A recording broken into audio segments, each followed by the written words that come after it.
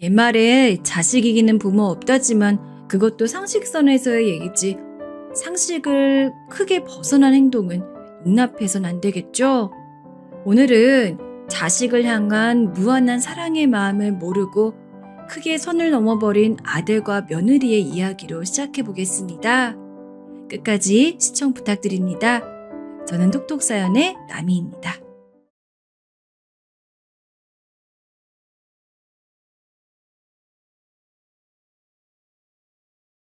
안녕하세요. 머지않아 팔순이 되는 할머니입니다.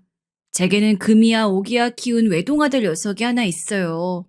이 아들 녀석이 은혜도 모르고 이 애미 속을 크게 썩인 일이 있어서 하소연하고자 이렇게 사연을 보냅니다. 먼저 제 얘기를 좀 들려드리겠습니다. 전 남편과 집안 어른들의 중매로 만나 30년 넘게 결혼 생활을 했지만 끝끝내 서로의 다름을 극복하지 못하고 환갑이 얼마 안 남은 나이에 이혼을 했습니다. 그게 벌써 20년도 더 된 이야기네요. 저희 집안은 오랫동안 한 분야에 몸담은 대한민국에서 꽤 이름을 날린 기업가 집안입니다. 전 그 집안의 장녀로 태어나서 어렸을 때부터 양반집 교수처럼 자랐어요. 저는 철이 들기 전부터 이미 혼처가 정해져 있는 것과 다름이 없었어요. 아버지는 오랫동안 공생관계에 있던 시아버지의 집안과 일찌감치 저와 남편의 혼담을 주고받았는데 성인이 되고 대학을 졸업하기도 전에 저희들의 결혼을 추진하셨습니다. 그 시절 기업가에서 부모님들의 중매로 결혼하는 것은 흔한 일이었고 저도 부모님이 정해주시는 짝이니 군말 없이 수용했습니다. 저희 어머니나 할머니 때는 결혼식 당일날 남편의 얼굴을 확인하는 경우도 종종 있었다고 하는데 저는 그 정도는 아니었습니다. 본격적인 혼담이 오갈 때쯤부터 남편과 저는 조금씩 식사 자리를 함께하기 시작했습니다. 처음 뵙겠습니다. 박영준이라고 합니다. 부모님께는 말씀 많이 들었어요. 안녕하세요. 이미진이라고 해요. 듣던 대로 헌칠하시네요. 저희 부모님이 아주 칭찬을 많이 하셨어요. 상투적인 인사로 시작했지만 처음 보는 그 사람의 느낌은 나쁘지 않았습니다. 대학 졸업하자마자 가업을 잇기 위해 아버지 회사에서 일하며 경영 수업을 받고 있다고 했어요. 사실 부모님이 이미 결혼을 다 정해놓은 상황이었기 때문에 제 마음에 들고 말고는 크게 중요한 상황이 아니었지만 그래도 이왕 결혼하는 거 느낌이 괜찮은 사람이랑 맺어지게 되었다는 생각에 안심이 들었습니다.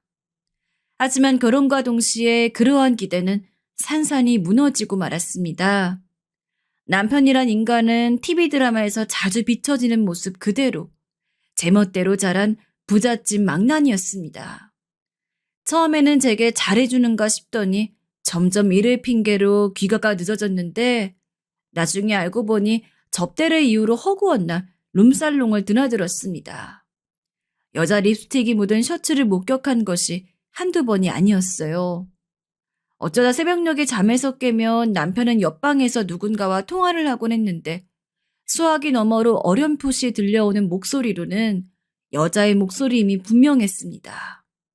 그 시절 전화기는 바로 옆에 있으면 상대방 목소리가 다 들릴 정도로 차음이 안 됐었거든요. 그러니 방 하나 건너 들어도 여자의 목소리임을 알긴 어렵지 않았습니다. 이런 일들은 결혼한 지 채 1년도 지나지 않았을 때 시작된 일이었습니다. 살다가 지쳐 결혼에 대한 권태감에 그런 것도 아니고 신혼도 벗어나지 않은 때에 그랬다는 것은 애초에 결혼을 결심할 때부터 외도를 마음속에 품고 있었던 것이에요. 어느 날 참다 못한 제가 남편에게 말했습니다. 당신 이제 그만 가정에 충실해줘요.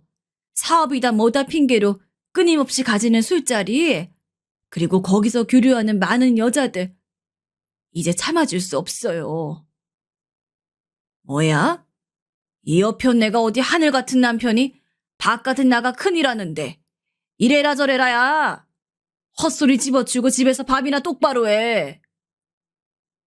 맨날 나 놔두고 다른 여자들이랑 바람 피는 거 내가 모를 줄 알아요? 이럴 거면 결혼을 못하려 했어요. 당장 이혼해요. 아니, 이게 근데 진짜 끝까지 죽을라고. 야, 나는 뭐 이 결혼 하고 싶어서 했어? 부모님이 하도 성하니까 한 거지. 나도 너 같은 거 뭐가 이쁘다고 흔쾌히 결혼을 해. 니네 애비 사업 한창 잘 나갈 때나 우리가 사돈 맺어준 거지. 요즘 같아선 네가 쫓겨나도 쫓겨나는 거지. 어디서 이혼이야 건방지게. 전 남편이 끊임없이 쏟아내는 막말에 차마 반박을 할 수 없었습니다. 그도 그럴 것이 아버지의 사업이 갑작스런 정부의 개입으로 고전을 면치 못하고 있었거든요. 국가에서 거는 규제는 사업을 사양길로 내몰았습니다. 시아버지는 아버지 사업이 잘 될 때는 우린 사돈이 아니고 형제다.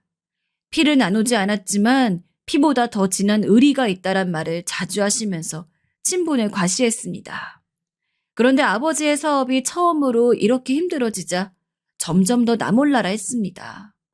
그렇게 시댁에서도 외면받고 남편의 끊임없는 매도로 고통을 받던 저는 급기야 이혼을 입에 담게 되었던 것이에요. 지금 이혼하면 사돈 댁이 힘들어지니까 야멸차게 버렸다고 세간에 안 좋은 소문 도니 잠자코 있어. 오히려 우리가 안 갈라서는 게 지금 너네 집에 도움되는 거라고. 알겠어? 전 남편의 그 말에 아무런 대꾸도 하지 못한 채 하염없이 눈물을 흘렸습니다. 만족스럽다 못해 불행이 가득한 결혼 생활은 그 뒤로도 계속되었어요. 저를 두고 매일 다른 여자들과 놀아나는 남편을 바라보는 것도 힘들었지만 그런 와중에 기업가 맏며느리로서 사교 모임에 참여하고 겉으로 교양과 품격을 유지하는 것도 너무 고통스러웠습니다. 그마저도 아버지 사업이 잘 될 때는 시어머니가 그런 자리에 자주 불렀으나 아버지 사업이 기울어지기 시작하자 아무것도 하지 말고 집에 콕 박혀 있으라고 신신당부를 하셔서 전 졸지에 새장 안에 갇힌 새가 되었어요. 아침에 눈을 뜨면 어디 밖에 나돌아다니지도 못하고 밤이 되면 술이 만취가 된 남편을 맞이해서 온갖 다른 여자 향수 냄새를 풍기는 그를 재워야 했습니다. 문자 그대로 감옥이 따로 없었습니다. 하루는 역시나 밤늦게 만취가 된 남편이 술주정을 하며 현관문에 들어섰습니다. 어이 마누라, 응? 이게 하늘 같은 남편이 들어오시는데 나와보지도 않어? 마누라 어딨어? 도대체 지금이 몇 시예요? 몇 시? 어디 보자. 3시네, 3시. 당신 술 마신 뒤치다거리 하기도 이제 지쳤으니까 들어오면 저 깨우지 말아요. 전 오늘부터 다른 방 가서 잘래요. 뭐야? 이게 건방지게 어디서 말듣구야? 당신이 밤늦게까지 딴 년들이랑 놀아나다가 이제 기어들어와 술주정 부리는 거 더 이상 못 참겠다고요. 남편이 커다란 손으로 제 뺨을 후려치는데 순간 정신이 희미해지고 시야가 흐려졌습니다. 이런 건방진 게 어디서 남편을 가르치려 들어? 야, 너 진짜 오늘 한번 죽어봐? 어? 남편은 한 대로 그치지 않고 수차례 제 뺨을 더 때리더니 이내 주먹질을 하기 시작했습니다. 전 만든 것이 아프다기보다 이 고통스러운 삶이 언제까지 이어질까 하는 생각이 들어 더 아팠습니다.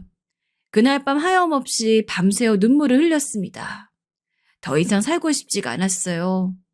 그렇게 하얗게 밤을 지새운 다음날 아침, 남편이 출근하고 난 뒤 전 스스로 목숨을 끊을 결심을 했습니다. 약국에서 사온 수면제 수십 알을 움켜쥐고 입에 털어놓으려는 순간 어, 갑자기 찾아온 헛구역질에 손에 쥔 수면제를 바닥에 모두 떨구었습니다.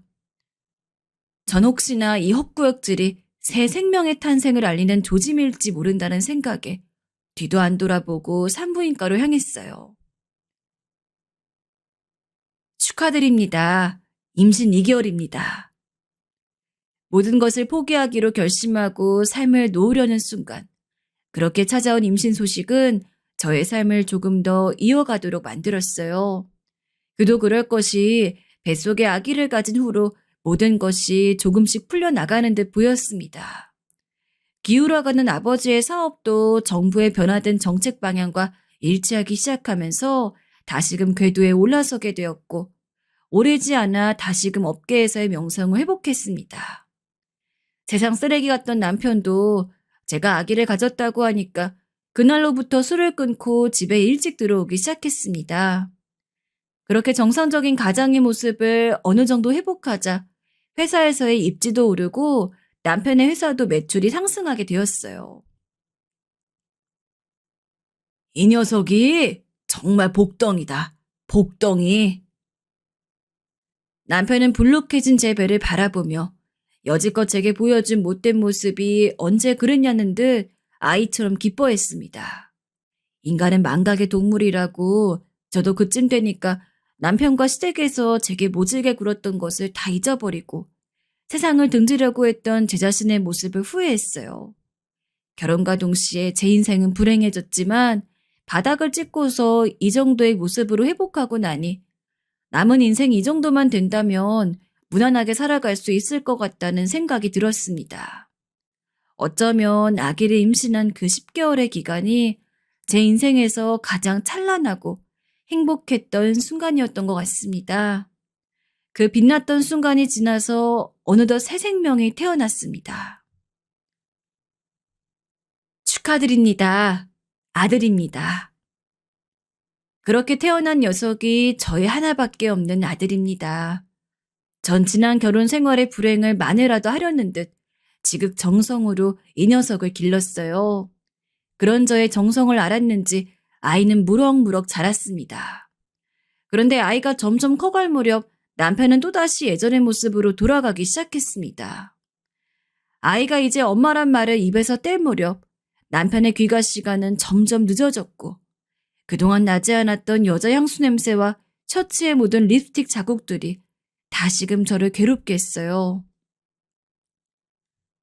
당신 준엽이 태어나고 이제 마음 좀 잡는 것 같더니 요즘 다시 왜 그러는 거예요? 뭐? 마음을 잡아? 야, 내가 뭐 너 때문에 그동안 새님처럼 집안에 들어앉아 있었는 줄 알아? 이제 내 새끼 잘 태어났으니까 나도 할 일 한 거 아니야. 내일은 내가 알아서 할 테니까 신경 꺼. 내일이란요. 이제 당신 아빠예요. 책임감 가지고 가정에 충실하라고요. 제 말이 끝나기가 무섭게 남편은 저의 뺨을 올려 붙였습니다. 아무것도 모르는 갓난아기였던 아들은 크게 울음을 터뜨렸습니다. 이게 어디서 책임감이고 뭐고 훈계질이야? 내가 애 크는데 부족함 없이 돈 다 대준다고. 그러니까 넌 잠자코 애나 키워. 그럼 됐잖아. 더 이상 뭘 더 바래? 너 한 번만 더 나한테 이리라 저래라 하면 진짜 죽는다. 저를 손찌검하는 버릇은 한 번으로 그칠 줄 알았더니 다시금 하는 모습을 보면서 전 역시나 아픔보다 슬픔을 감출 수 없었습니다. 아들 준엽이의 탄생과 함께 제 인생이 더 나아질 줄 알았는데 다시 원점이었습니다. 정말 오랜만에 다시금 죽고 싶은 마음이 들었지만 이제 겨우 걸음마를 시작한 아들을 두고 세상을 등질 수는 없었습니다. 그렇게 남편은 점점 바깥으로 나돌았고 저는 거의 편모 가정과 다를 바 없이 아들을 키웠습니다. 아들은 그 과정에서 아버지에 대한 엄청난 결핍감을 가지고 자라게 되었고 그 결핍감은 자연스레 엄마에 대한 어리광으로 이어지게 되었어요. 전 아들이 자라면서 어리광을 부릴 때마다 이러면 안 된다는 걸 알지만 자신을 전혀 돌보지 않는 아버지를 보면서 받은 상처가 오죽할까 싶은 마음에 하나하나 다 받아주게 되었고 그것이 아들이 버르장머리 없이 크게 된 빌미가 되었습니다. 그렇게 자란 아들의 학창시절은 말썽의 연속이었습니다.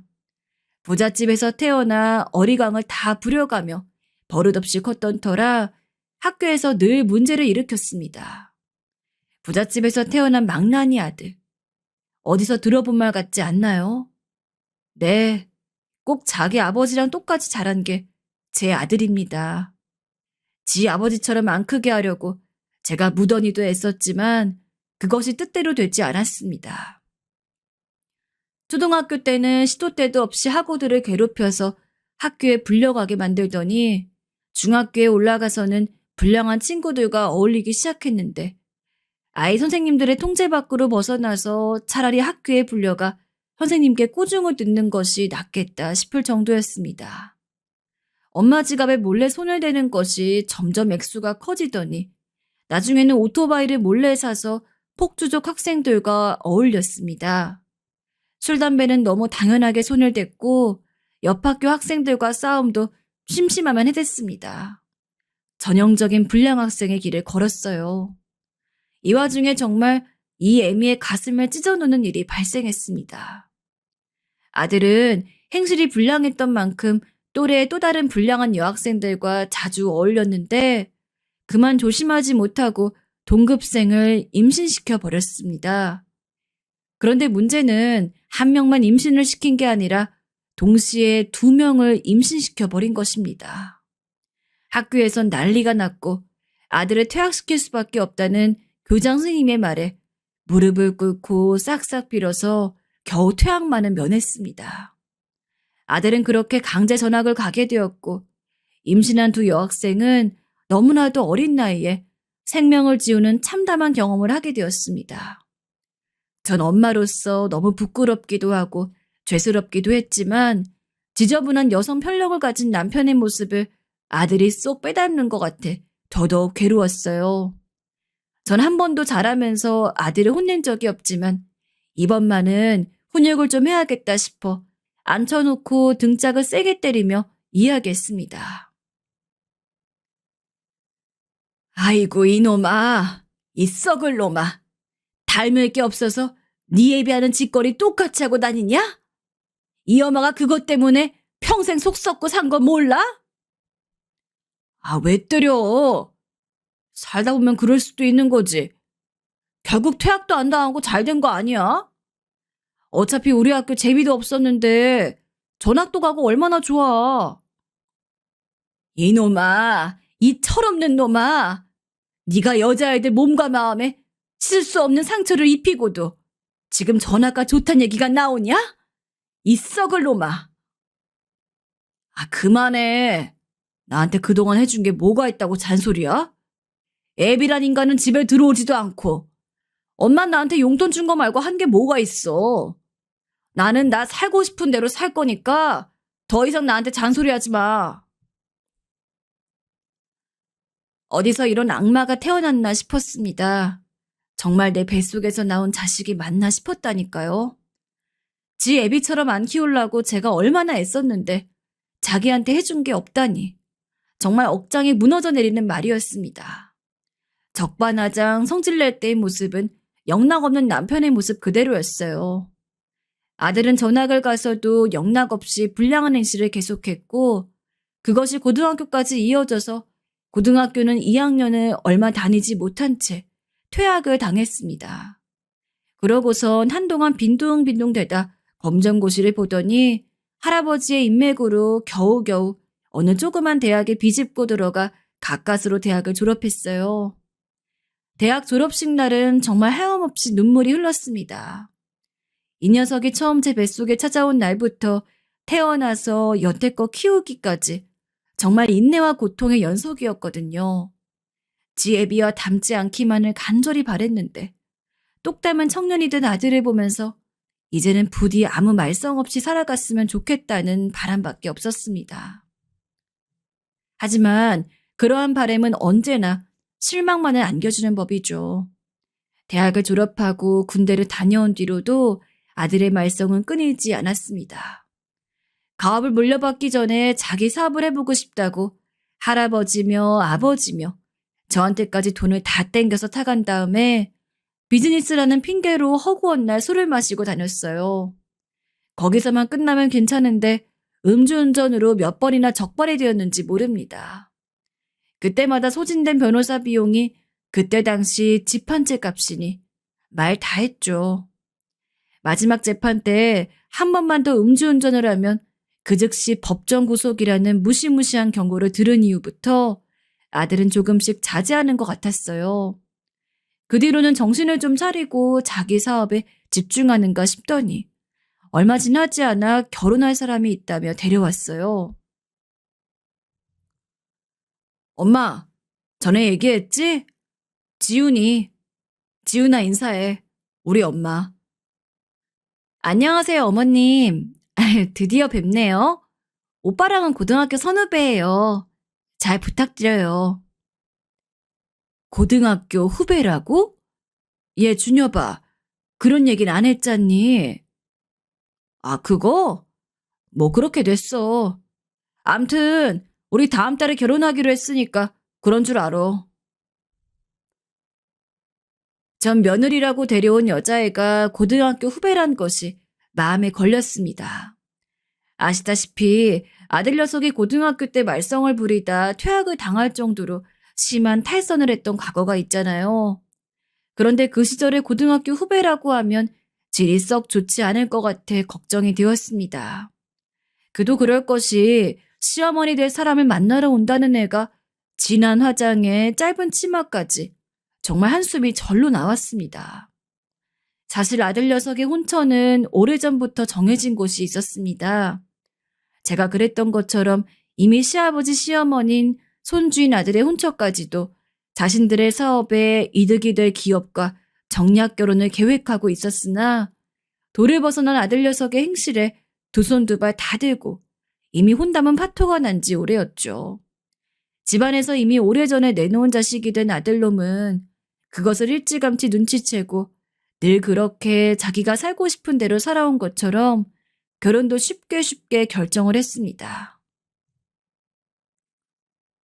너 이 결혼 진지하게 생각하는 거 맞지? 어떤 애인지 잘 알아는 본 거지? 너네 얼마나 만났니? 아휴, 또 엄마 잔소리 하려 그러지. 내가 어련히 알아서 신부감 잘 고른 거니까 엄마는 아무 걱정 말고 아버지 결혼식 때 오시겠지? 아버지한테 잘 전해줘.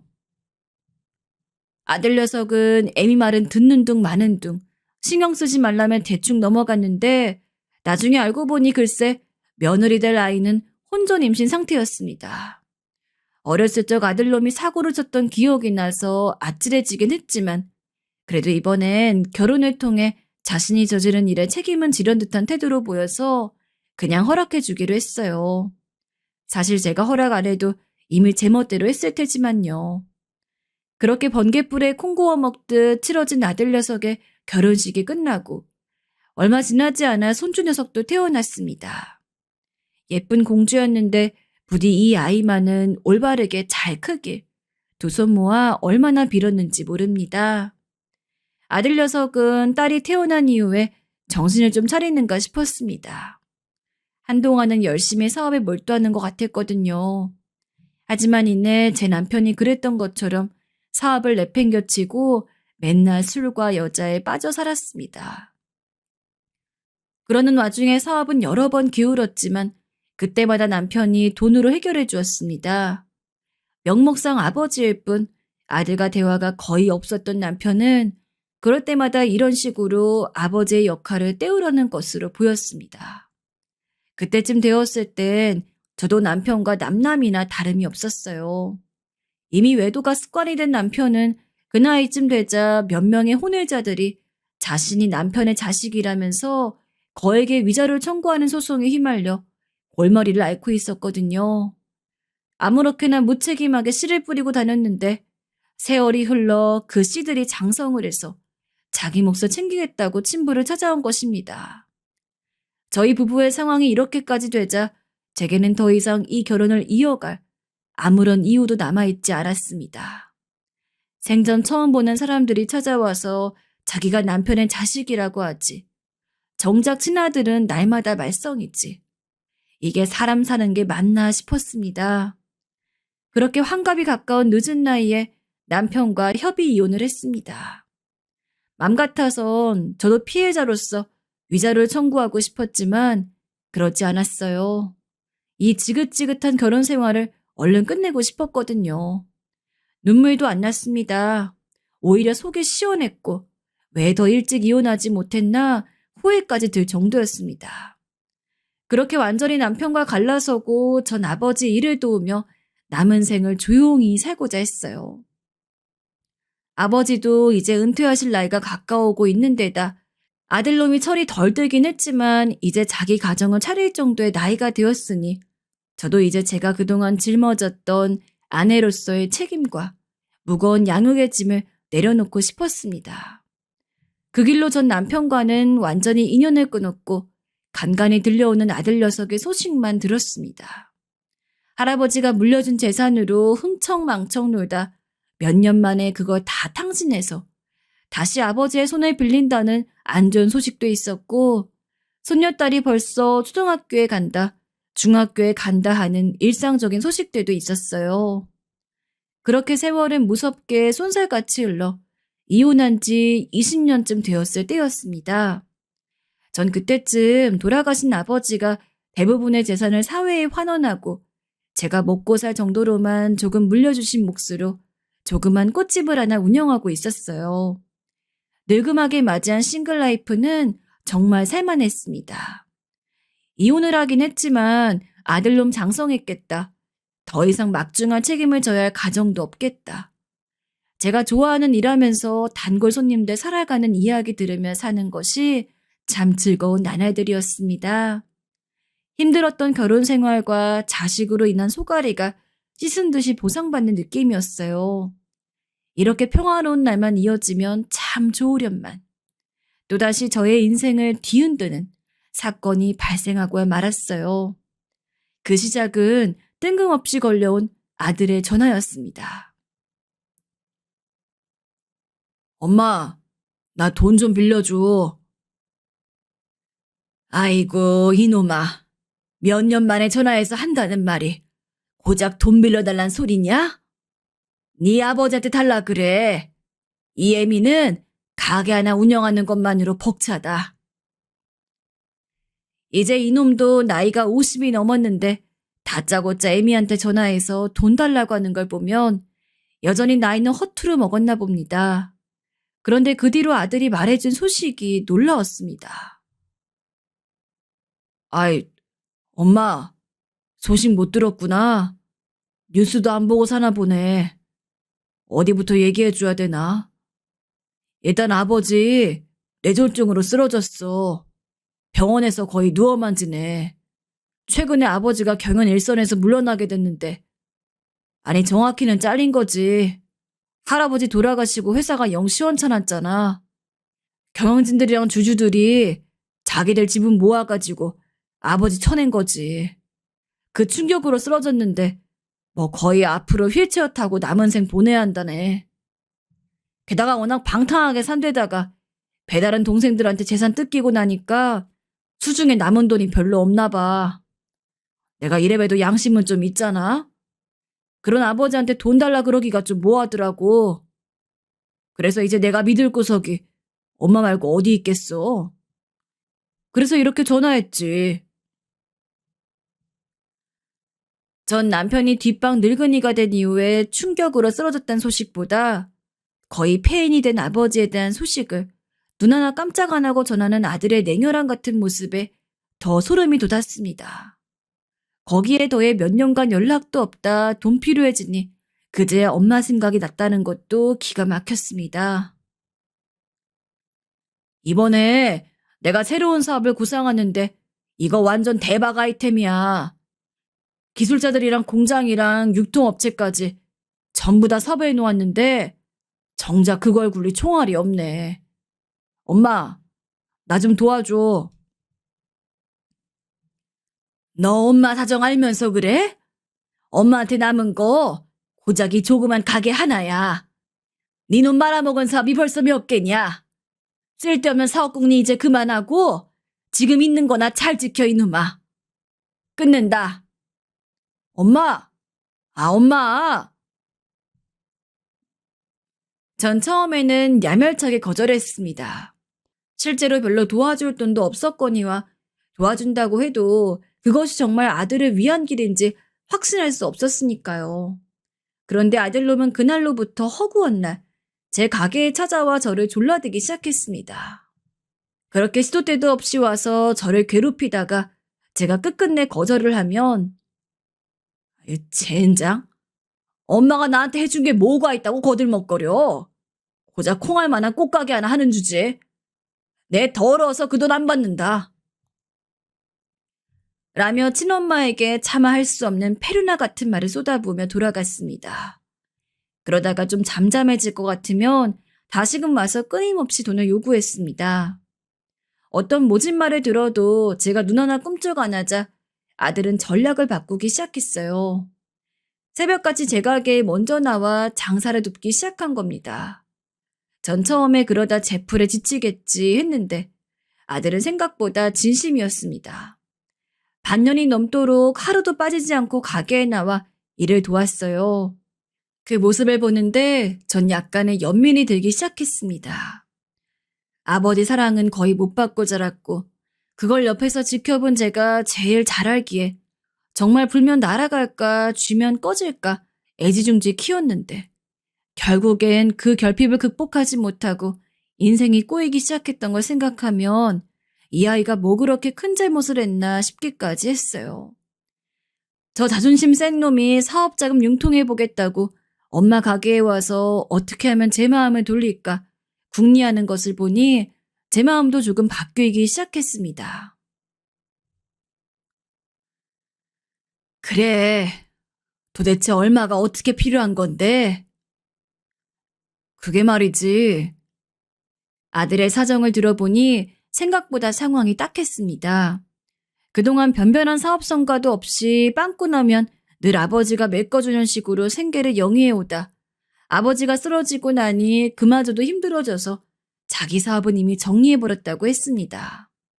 그렇게 다시 한번 살아보겠다고 새로운 아이템을 구상했는데 그걸 도와줄 재력을 가진 아버지는 더 이상 없고 휠체어에 앉은 힘없는 노인네만 있었던 것입니다. 엄마, 나도 엄마한테 손 벌리기까지 쉽게 결정한 거 아니야. 그거 보여주려고 반년 동안 하루도 안 쉬고 나와서 일했어. 반년이 아니라 10년을 하라고 해도 더 하겠어. 그러니까 이번 한 번만 도와주면 내가 꼭 보답할게. 자기도 가장이라고 이렇게까지 애원하는 모습을 보니 더 이상 외면할 수는 없었습니다. 사실 저도 이제 곧 팔순이라 머지않아 가게를 팔고 편하게 여생을 보내야겠다는 생각을 하고 있었거든요. 그 시기가 조금 앞당겨졌다고 생각을 하기로 했습니다. 이제 다 늙고 병든 몸, 자식에게 못다 해줬던 것들 다 퍼주고 나서 삼시세끼 굶지 않으면 된다는 생각을 했어요. 그렇게 가게를 좋은 가격에 팔고서 그동안 차곡차곡 모아두었던 재산까지 모조리 모아서 아들에게 주었습니다. 어차피 제가 죽고 나면 아들에게로 갈 텐데 미리 준다고 생각했어요. 고마워, 엄마. 정말 고마워. 내가 사업 대박 나면 100배, 1000배로 갚을게. 아들은 진심으로 고마워했습니다. 아니, 그렇게 보였습니다. 그때까지는요. 이게 무슨 말이냐고요? 아들이 근 반년간 보여준 태도와 간절함이 진실이길 누구보다도 바랬던 사람은 저일 겁니다. 하지만 머지않아 그것은 연기일 뿐이었고 아들이 딴 마음을 품고 있다는 걸 알게 되었습니다. 그렇게 제 앞에서 고마워하는 척하던 아들은 그 길로 집에 돌아가는 차로 향했어요. 전 그날따라 이상한 촉이 들어 주차장까지 가는 아들의 뒤를 밟았습니다. 아들은 차에 바로 타지 않고 담배를 한 대 꺼내서 물더니 불을 붙였어요. 얼굴을 잔뜩 찡그린 채로 한 모금을 빨더니 어디론가 전화를 걸었습니다. 담배가 거슬렸는지 스피커폰으로 전화를 하더군요. 자연스레 전화를 하는 상대방이 누구인지 알게 되었고 또 뭐라고 하는지도 알 수 있었습니다. 그 상대방은 다름 아닌 며느리였습니다. 여보, 어떻게 됐어? 어떻게 되긴. 진짜 이 고집센 노인네 꼬시느라고 진짜 내가 별짓 다 해본다. 야, 내 팔자에도 없게 웬 꼬치 밟았냐? 진짜 어이가 없네. 처음에 내가 좋은 사업 아이템이 있다고 하니까 씨알도 안 먹히다가 각종 굳은 일 다 하면서 불쌍한 척 좀 하니까 바로 돈 꽂아주대? 와이씨, 그동안 새벽 꽃시장 가서 개고생한 거 생각하면 진짜 눈물이 다 날라 그러네. 어머, 여보 너무 고생했어. 아유, 진짜 그 짠돌이 노있네. 어쩜 변하질 않냐? 이제 우리 뽑아먹을 거 다 뽑아먹었으니까 확 치매 걸렸다고 요양원에 보내버리자. 어차피 우린 그 돈 갖고 해외로 뜨면 그만이긴 한데 그래도 확실히 가둬놓는 게 좋지 않겠어? 아버님은 이미 반송장된 상태니까 걱정할 거 없는데 할망구가 괜히 멀쩡하게 밖에 돌아다니면서 일 망칠까봐 걱정이야. 그럴까? 아, 근데 또 그러기엔 할망구가 정신이 너무 뚜렷하단 말이지. 뭐 다른 방법 없으려나? 전 아들이 저를 못 보는 한쪽 구석에 숨어 며느리와의 이 모든 대화를 다 듣고 있었습니다. 하도 어이가 없어서 중간에 제 핸드폰의 녹음 버튼을 누르고 그 대화를 모조리 녹음했습니다. 그리고는 손이 덜덜 떨리고 다리에 힘이 풀려 그 자리에 주저앉았습니다. 알고 보니 사업 자금은 다 거짓말이었고 제 재산을 몽땅 가로채서 해외로 도망가려고 했던 것입니다. 아들놈이 망나니인 건 이미 알고 있었지만 처음 마주할 때부터 느낌이 쎄했던 며느리 역시 세월이 오래 지나도 그 인성이 변하질 않았어요. 전 당장에 뛰쳐나가 아들놈의 등짝을 후려치고 싶었지만 잠시 호흡을 진정하고 참았습니다. 이미 돈은 다 송금이 된 상태라 어찌할 도리가 없었습니다. 아들은 담배를 마저 다 피더니 황급히 차를 모고 그 자리를 떠났습니다. 이제 저의 재산이 눈뜬 채로 해외로 사라져버리는 것을 무기력하게 쳐다보는 것밖에 할 일이 남아있지 않았어요. 전 다시 한번 오래전에 스스로 목숨을 끊으려고 했던 때가 기억이 났습니다. 그땐 아들놈 때문에 차마 죽지 못했는데 이제는 그 아들놈이 제가 죽어야 할 이유를 만들어줬어요. 생각이 거기까지 미치자 아들의 이 만행을 애비란 작자에게 꼭 알려주고 싶었습니다. 전 허탈한 마음과 배신감을 가득 안은 채로 20년 전 이혼했던 남편의 병문안을 갔습니다. 남편은 며느리 말 맞다나 거의 송장이나 다름없이 휠체어에 무기력하게 앉아 있었어요. 아니, 당신이 어떻게 잘 지냈어요? 네, 오늘 당신한테 자식놈 하소연 좀 하고 그대로 한강물에 뛰어들려고 이렇게 왔어요. 뭐? 그게 무슨 소리야? 전 그간 있었던 일과 아들이 며느리와 나눈 대화 내용을 녹음한 것을 들려주었어요. 남편은 그것을 차분히 듣더니 이렇게 말했습니다. 드디어 걸려들었군. 그러더니 갑자기 휠체어에서 벌떡 일어나는 것이 아니겠어요? 아니, 당신 분명히 평생 휠체어 신세를 져야 한다고. 당신마저 깜빡 속았구만. 지금부터 내가 저 준엽이 놈이랑 애미랑 다 나락으로 보내버릴 테니까 당신은 지켜보고만 있어. 네? 아니, 그게 무슨... 뇌졸중으로 인해 반신불수가 된 줄만 알았던 남편이 아무 일 없었다는 듯이 벌떡 일어난 것만으로도 깜짝 놀랄 만한 일인데 남편이 꾸며놓은 일이 더 놀라웠습니다. 그것은 다음과 같습니다. 남편이 중풍으로 쓰러졌다는 것은 완전히 거짓말이었습니다. 남편은 지금 아들을 속이기 위해 연기를 하고 있는 것이었어요. 아들뿐만이 아니라 자신의 혼외자들 모두를요. 회사에서 뒷방 늙은이로 물러났다는 것도 모두 연막작전이었습니다. 남편은 계열사를 정리하며 자신의 지분을 모두 정리한 다음에 새로운 지주회사를 창립해서 그 지주회사의 이름으로 그 정리된 계열사를 한 번에 흡수해버리고 자신은 그 지주회사의 대주주로 올라섰습니다.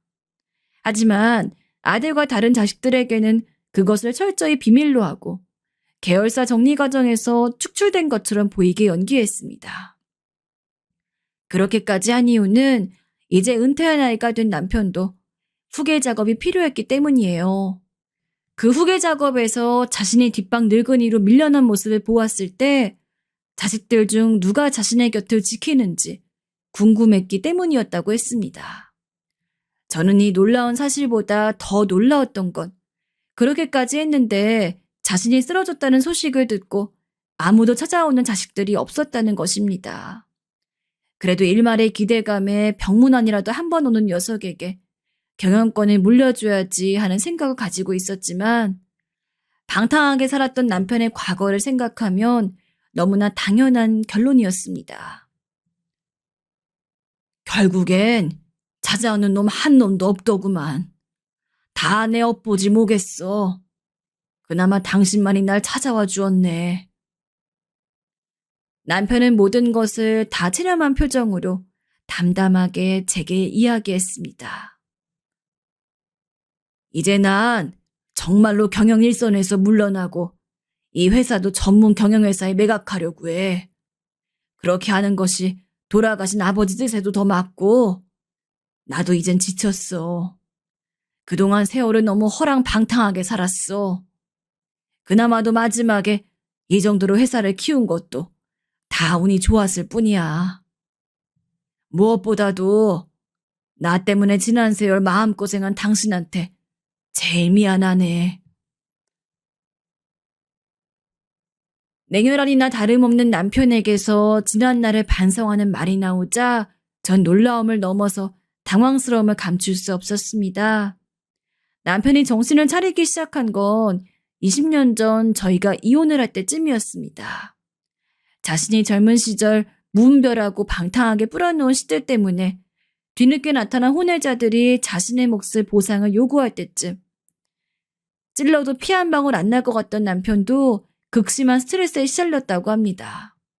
한두 명도 아니고 대여섯 명이 나타나서 그렇게 하니 그제야 자신이 저지른 죄악이 무엇인지를 그때 실감했다고 합니다.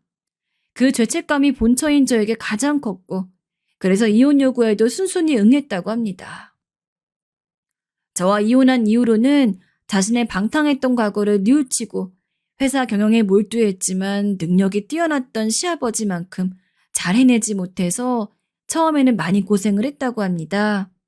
하지만 각고의 노력 끝에 시아버지 때에서 이루었던 위상을 다시금 회복했고 이젠 할 일을 다 했다는 생각에 경영 일선에서 물러나며 후계 작업과 함께 벌인 일이었다고 합니다.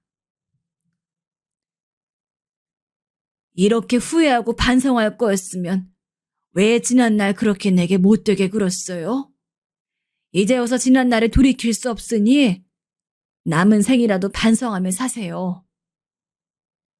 미안해 여보. 정말 미안해. 이제 내 아들놈 따끔하게 혼내줌으로써 당신에게 마지막으로 크게 사죄하고 싶어. 혼내주다니 뭘 어떡해요. 이놈이 나를 쏙 빼닮아서 당신한테도 아주 못되게 굴었지? 다신 그러지 못하게 아주 나락으로 보내버릴 생각이야. 내가 아무리 애비로서 역할을 제대로 못했다 하더라도 나한테서 사업자금 명목으로 받아간 수많은 돈이랑 당신이 그 자식 위해 헌신한 거 생각하면 이딴 식으로 나오면 안 되지. 당신은 가만히 지켜보고만 있어. 남편은 그날 대화 이후 본격적으로 움직이기 시작했습니다.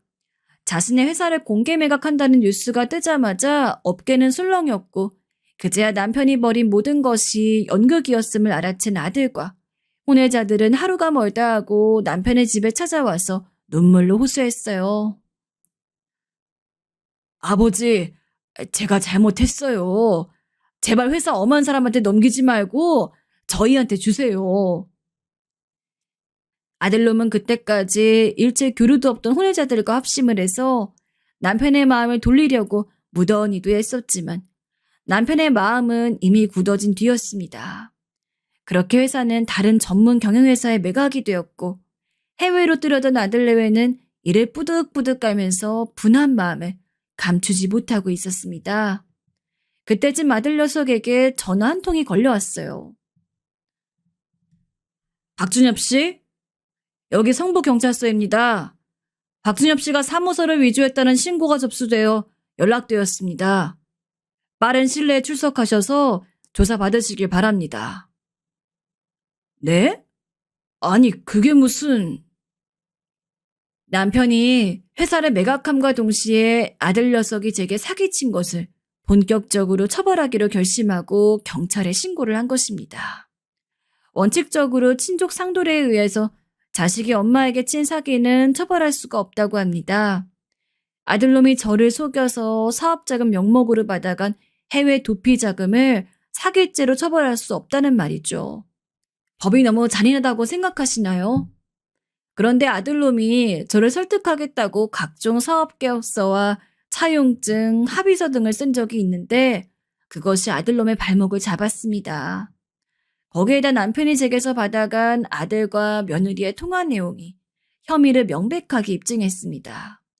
부모 자식 간의 사기죄로는 처벌을 할 수가 없었지만 그 허위 문서를 통해 사기를 친 것이 밝혀지면 사문서 위조죄로 처벌을 할 수가 있었거든요.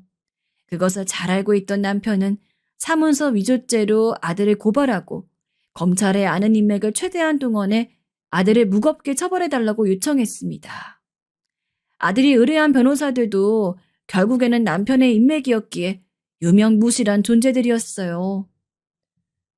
재판의 결과는 참담했습니다. 아들의 입장에서 참담했다는 말입니다.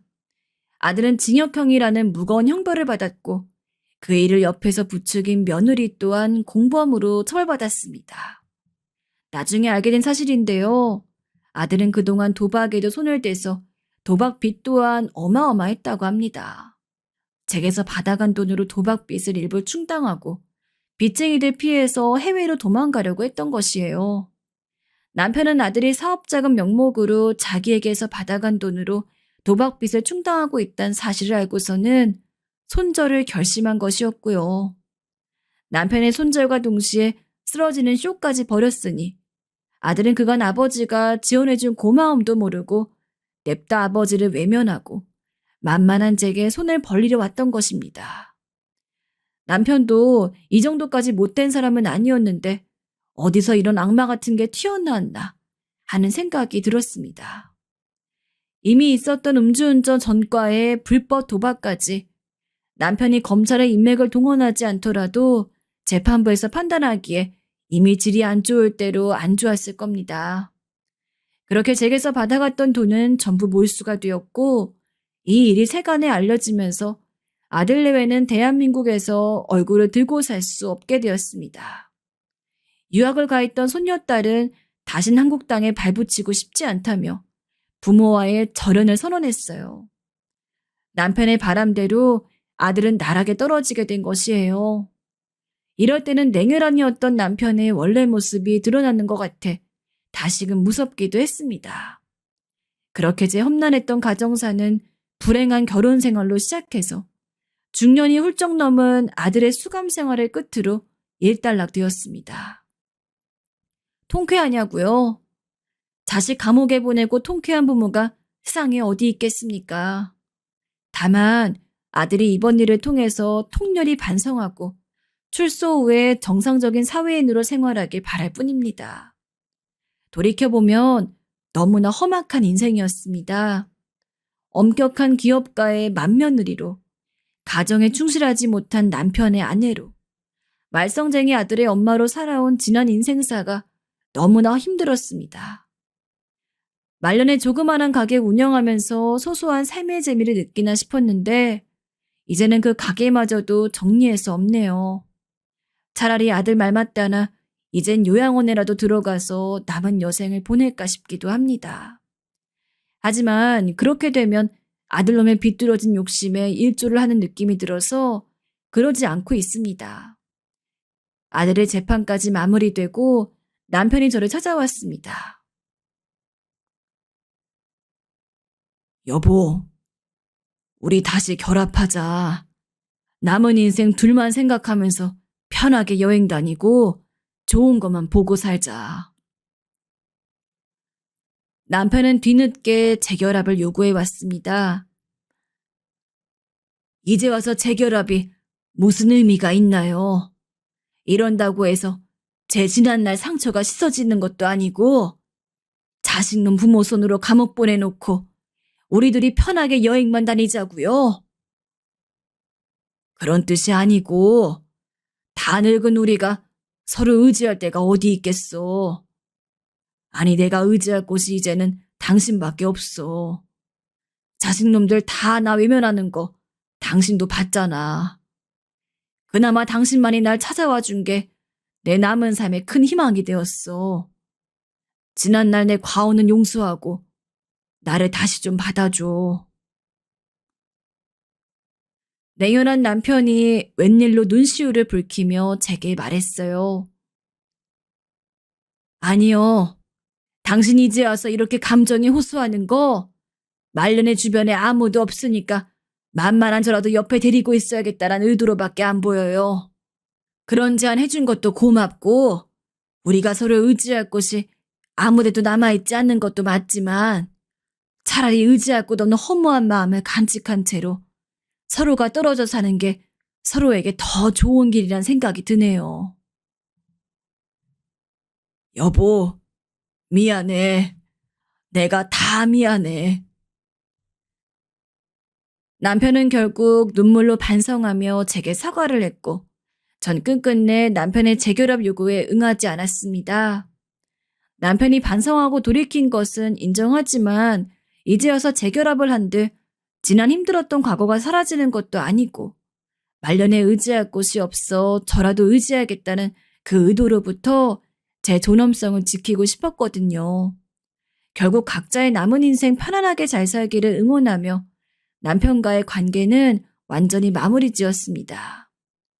그 이후로 간간히 들리는 남편의 소식으로는 노구의 몸을 이끌고 고아원에 봉사활동을 다닌다. 해외에 나가서 난민 대상으로 봉사를 하고 다닌다고 하는 등의 꽤 정상적이고 긍정적인 소식이었습니다. 가끔 지역 신문이나 뉴스에도 나와 청소년들을 상대로 강연도 하고 다닌다고 합니다. 자식 농사에는 실패했지만 자신과 가문의 욕심을 버리고 회사를 매각한 것이 업계에서는 크게 귀감이 되었는지 여기저기서 강연 요청이 쇄도했다고 합니다. 그렇게 자신의 여생을 의미 있게 보내는 모습이 그래도 보기 좋았습니다. 찔러도 피 한 방울 안 남을 것 같은 사람이 말년에 이렇게까지 변하나 놀랍기도 했습니다. 남편은 가끔 잊을만 하면 술에 한 잔 취해서 제게 전화를 하곤 했습니다. 여보, 미안해. 내가 정말 미안해. 이렇게 술에 취해 전화만 하면 미안하단 말만 하염없이 늘어놓다 끊곤 했는데 이쯤 되면 정말로 지난날 제게 했던 못된 행동들에 대한 반성을 하는 것 같아서 저도 조금은 남편으로 받은 상처를 용서해 주려고 생각하고 있어요.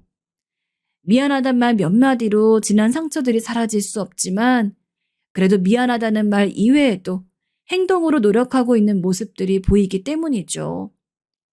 제가 준비한 이야기는 여기까지입니다. 이제 전 마음 붙일 만한 다른 일들을 찾아 나설 때입니다.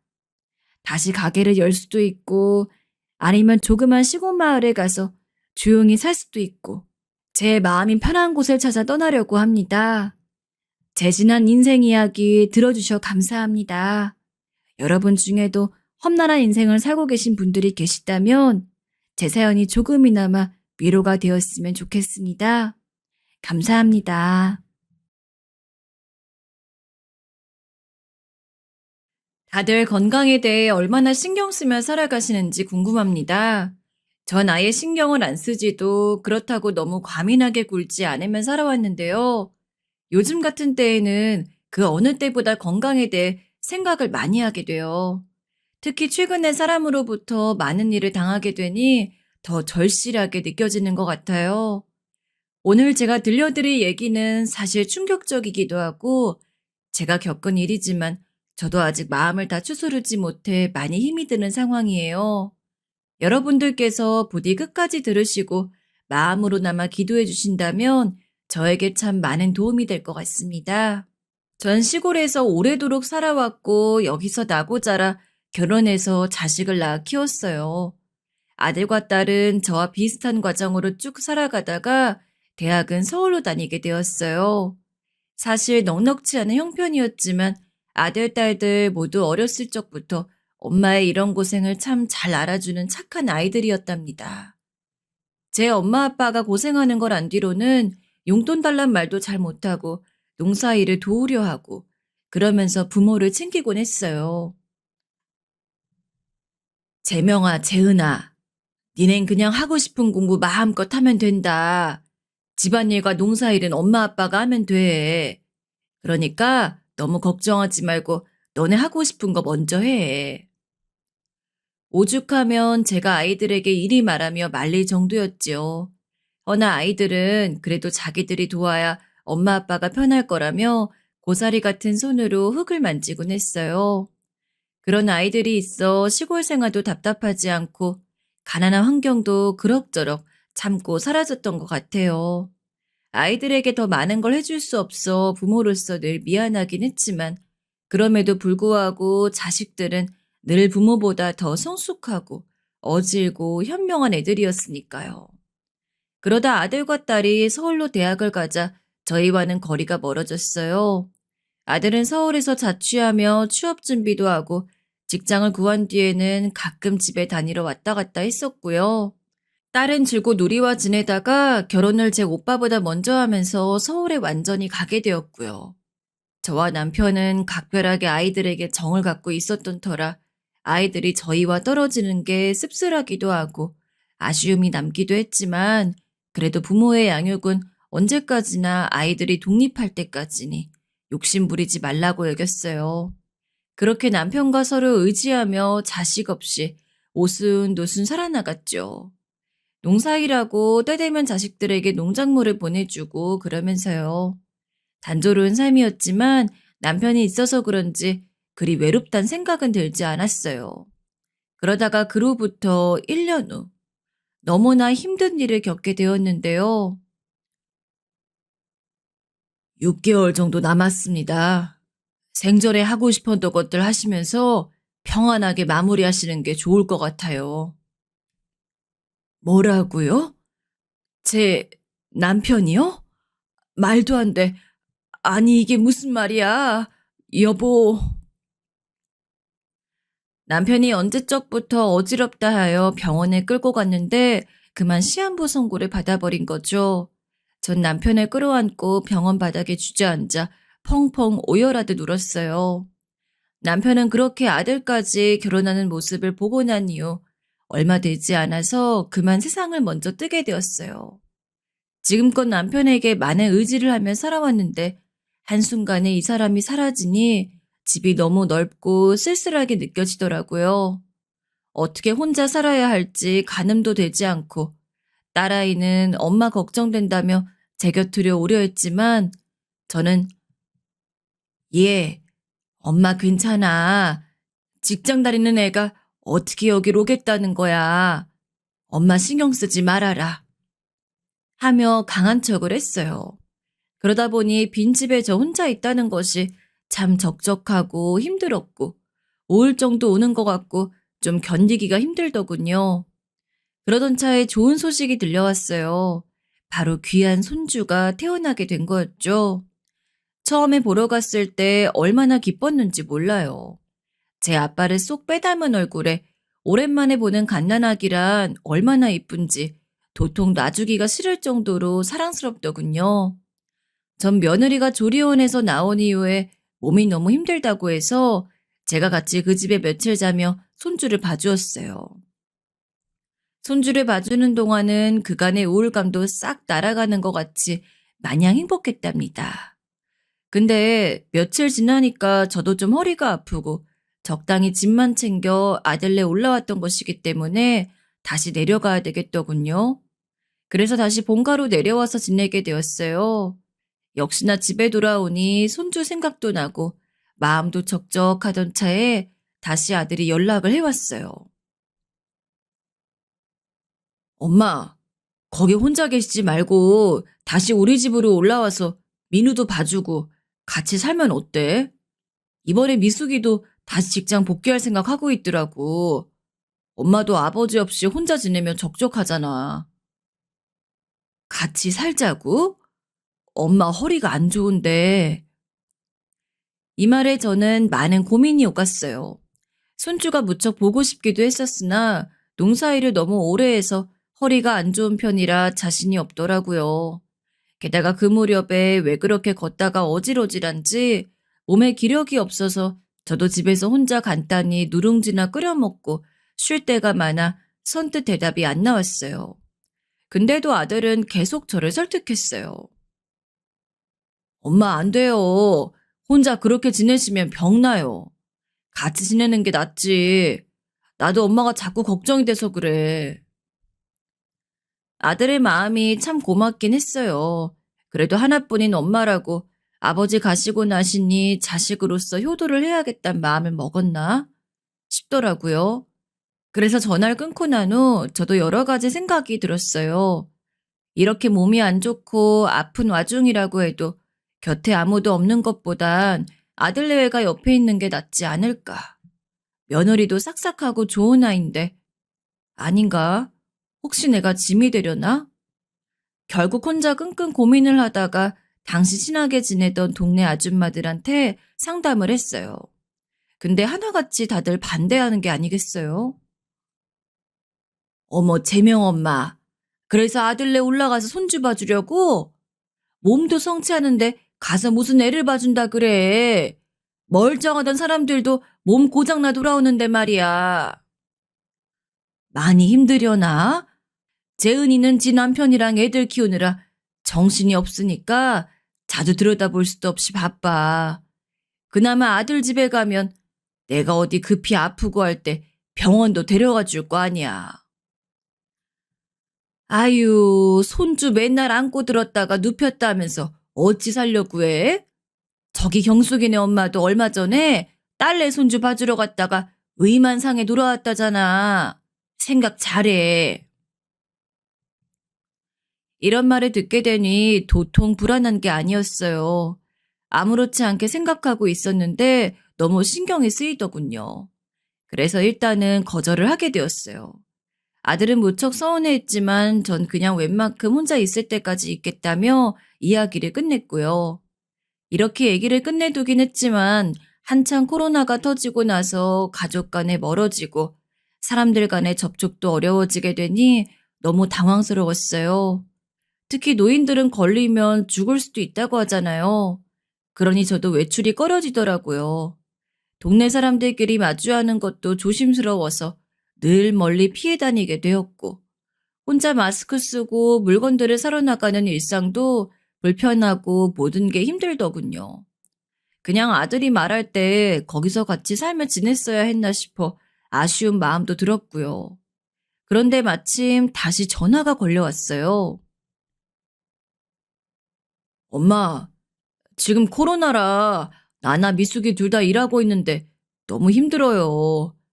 민우 어린이집 보내기도 애매하고 엄마도 거기 혼자 있으면 뭐하냐고. 그냥 이리 와서 같이 지내요.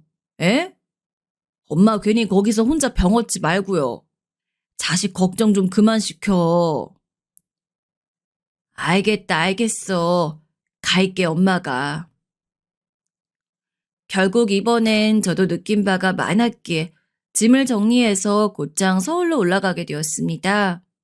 오랜만에 본 손주는 1년 사이에 아주 많이 자라 있었고 가난하기 때 보고 처음이라 그런지 낯을 많이 가리더라고요. 아직 핏덩이를 어린이집에 보내서 아침 7시부터 밤 7시까지 있게 했다니 새삼 가슴이 너무 아프더라고요.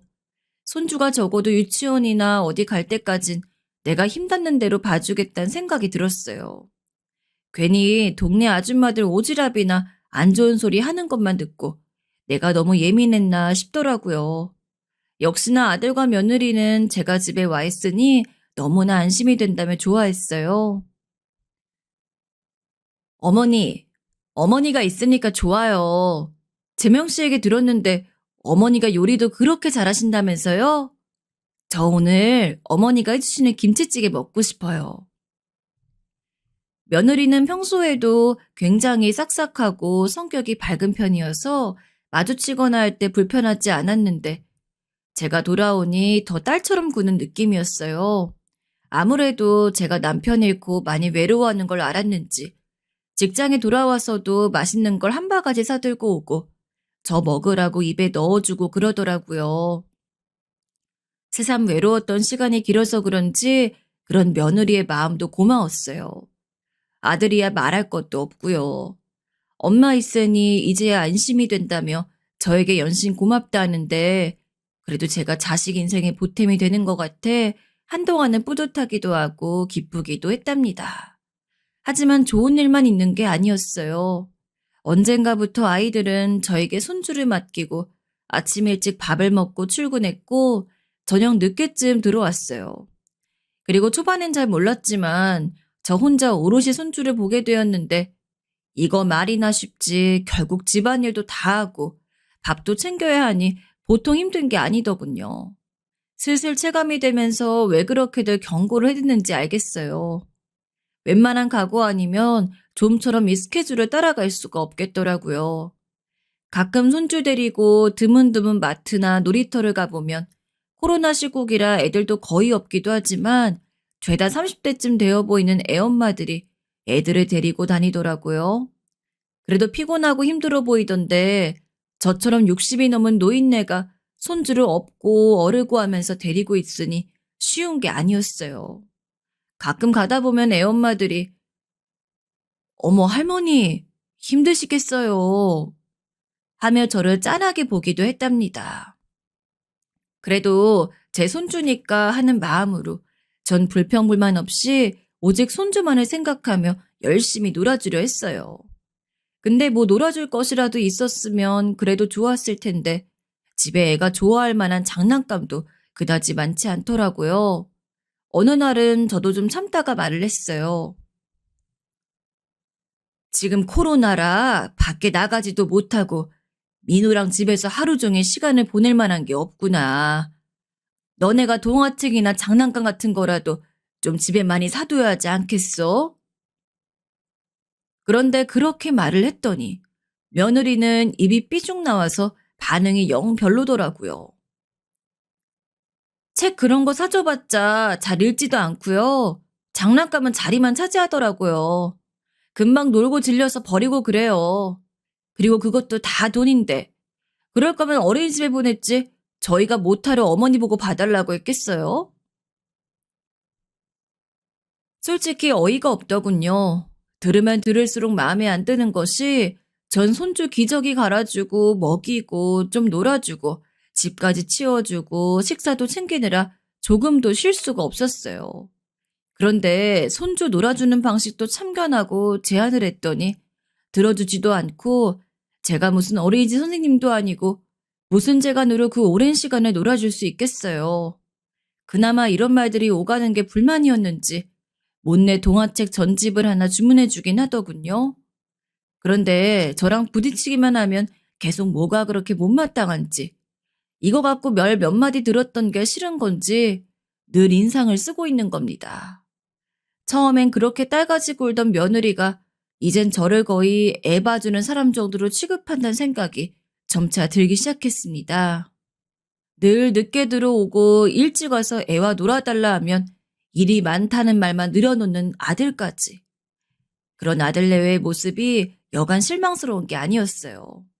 거기다 그것만으로도 충분히 신경이 쓰였지만 이때 손주가 아토피가 있다 보니 음식을 가려 먹어야 해서 저는 먹거리를 챙기는 것도 상당히 예민해져 있었어요. 정말 애 키우는 공은 없다더니 이런 거 하나하나 신경 쓰는 제 마음은 알아주지도 않고 아들 내외는 출퇴근 때 밥만 먹고 일어서고 밥만 먹고 소파에 드러눕기만 하더라고요. 며느린 잔소리도 심했죠. 보통 잔소리가 아니었어요. 저도 손주 먹을 밥이나 점심 저녁에 먹을 식사거리를 준비하려면 잠깐 숨이라도 돌려야 하는데 그래서 TV를 틀어주면 그렇게 며느리가 싫어했어요. 어머니, 민우 아직 애기인데 벌써 TV랑 전자기기에 흥미 들이면 안 돼요. 이건 꼭 지켜주셔야 해요. 어, 그래, 알겠다. 제가 몇 번을 말씀드렸는데 왜 번번이 안 들으시는지 모르겠네요. 이젠 제발 지켜주세요.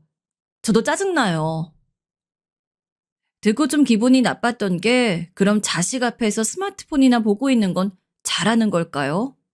제가 주방에 서서 음식을 준비하는 걸 보고 있으면서도 며느린 손주랑 놀아준답시고 그 앞에서 스마트폰이나 보고 있고 애가 울어도 별 반응을 안 하더라고요. 여기까지면 차라리 좋았겠죠. 제가 무슨 애 봐주러 온 가정부도 아니고 그나마 용돈 몇 푼 주는 것도 어찌나 생색을 내는지 몰라요. 한 번은 아들이 한 말에 너무 서운하고 기분이 나빠서 방에 들어가 숨죽여 울기까지 했습니다. 재명아, 어제 엄마 용돈 안 줬는데 혹시 잊어먹었으면 오늘 줄 수 있니? 엄마, 우리도 둘이 같이 버는 거 몇 푼 안 돼. 그런데 엄마 용돈까지 드리면서 모시고 있잖아. 코로나 시국에 이런 게 얼마나 어려운지 알지? 아유, 근데 엄마도 참 대단하다. 꼬박꼬박 용돈은 받으려 하고. 엄마가 뭐 돈 쓸 데가 어디 있어? 아유, 얘, 너 아무리 그래도 엄마한테 하는 말이, 몰라. 귀찮아. 나 자야 돼. 나가줘. 누가 보면 용돈 몇백씩 주면서 집에서 놀고 먹게 해주는지 알겠어요. 저번에 길에서 만나 좀 친해진 이 동네 애기 엄마가 있는데 아직 30대라 젊더라고요. 우리 손주랑 그 집 딸이랑 같은 어린이집 출신이라서 오고 가며 말을 나눴는데 듣다 보니까 좀 화가 났어요. 어머, 민우도 할머니가 와서 봐주시는 거죠? 저희 친정엄마도 오셔서 저희 애기 봐주시는데 몸이 안 좋으셔서 제가 다시 보고 있어요. 솔직히 엄마가 반나절만 와서 봐주셔도 너무 감사해요. 반찬이나 집안일 이런 거 일절하지 마시라 하고 어린이집 대신 엄마가 봐주는 시간만 계산해서 한 달에 100만 원씩 드리고 있어요. 주말도 여기 오면 애 보셔야 하니까 그냥 친정에 계시라고 했고요. 전 그보다 몇 배의 일을 하고 있는데도 아들과 며느리는 여유가 없다면서 50만 원만 저에게 주고 있었거든요. 사실 돈도 돈이지만 저 집 엄만 자기 친정엄마한테 고마운 줄이라도 알고 온갖 잡례들을 다 제하던데 말이에요.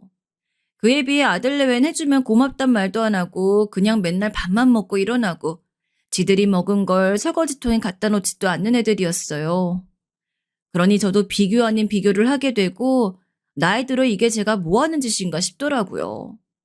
벽만 보면 자꾸 한숨부터 나오고 매일매일 붙어 지내다 보니 자잘하게 자꾸 스트레스가 있고 저도 원래 체력이 썩 좋지도 않은 편이라서 점점 이런 상황을 못 견디겠더군요. 그러던 어느 날 일이 터졌습니다. 하루는 가슴이 너무 아프고 쓰리고 이런 상태가 한동안 자꾸 왔다 갔다 했다 열도 나길래 덜컥 겁이 났어요. 요즘 같은 때에 혹시 저한테 안 좋은 상황이 일어난다면 그건 그것대로 결국 손주나 모두에게 폐를 끼치게 되는 꼴이니까요. 그래서 며느리와 아들에게 말했죠. 얘들아, 오늘 내가 몸이 아파 그런데 혹시 니들이 오늘 회사 하루 안 나가고 애를 좀 봐줄 수 있겠어? 아이 엄마, 그걸 지금 말하면 어떡해요? 이미 직장 스케줄 다 잡혀져 있단 말이에요. 어머니, 저도 마찬가지예요. 그럼 어젯밤에 진즉 말씀을 하시지. 어제는 과일 깎고 집안일 다 하셨으면서. 어머니, 혹시 꾀병은 아니시죠?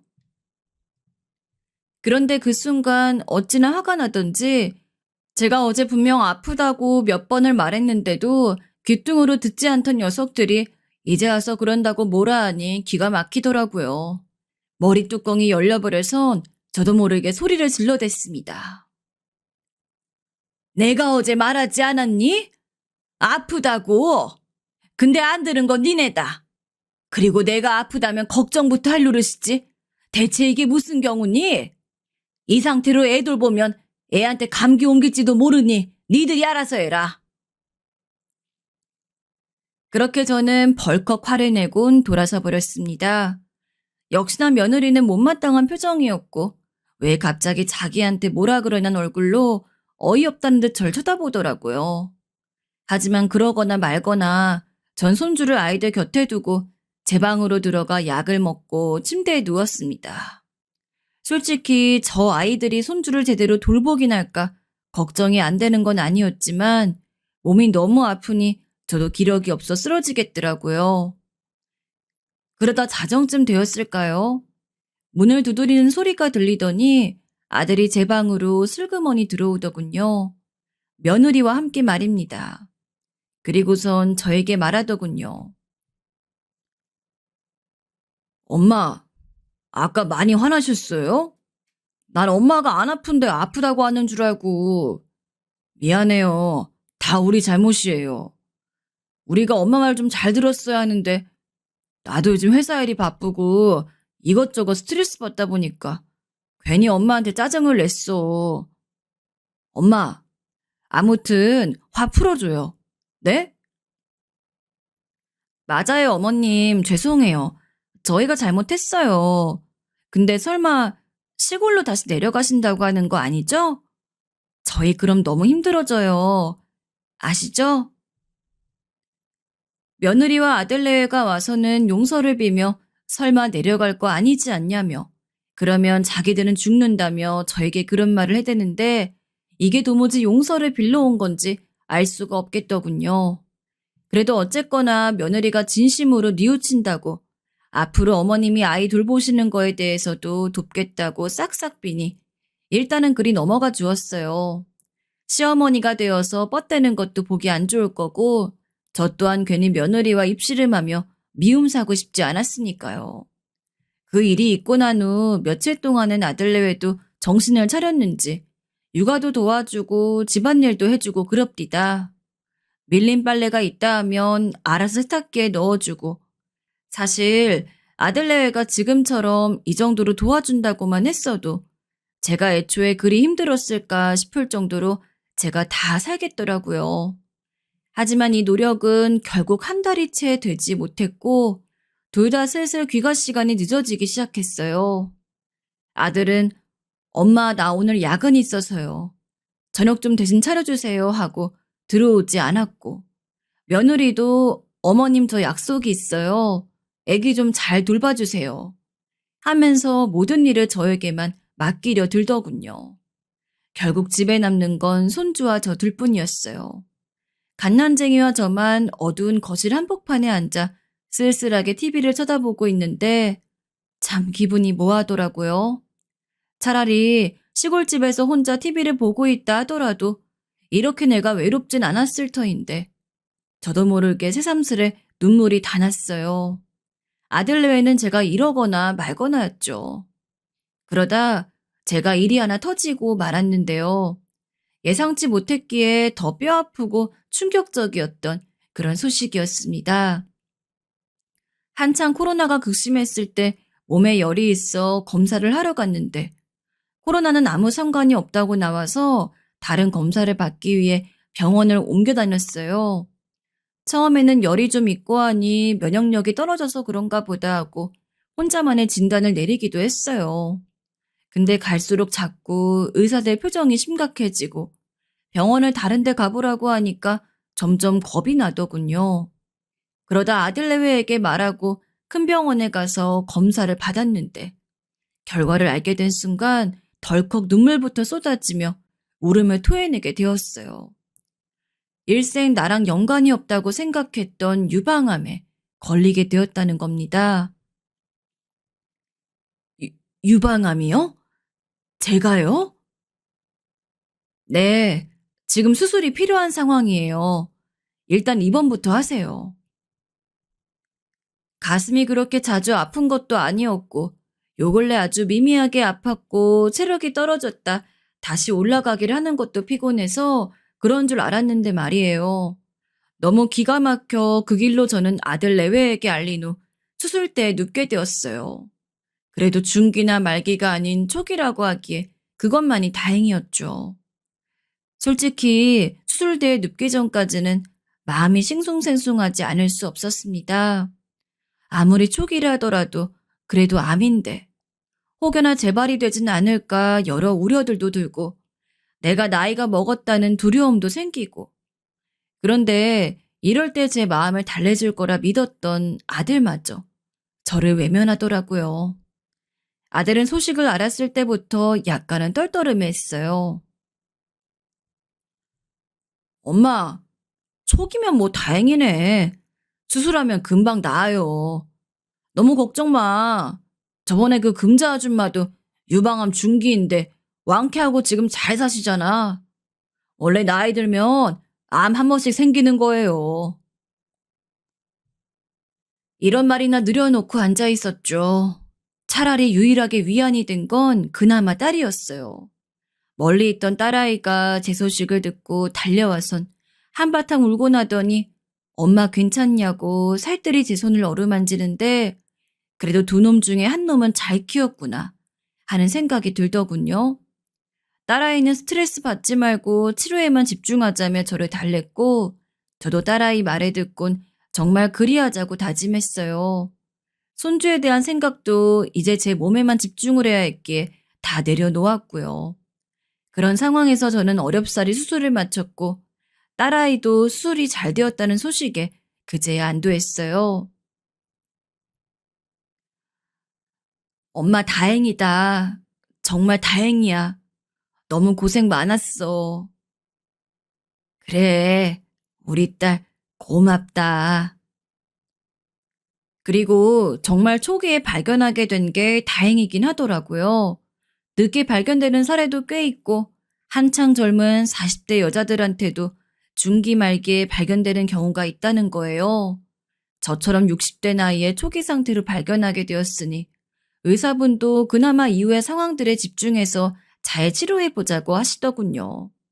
처음에는 모든 상황들이 다 암울하고 싫다고 생각했지만 그 말에 힘을 얻어서 수술도 잘 끝냈고 이후에 그 힘들다는 항암 치료와 방사선을 겨우겨우 건져내었어요.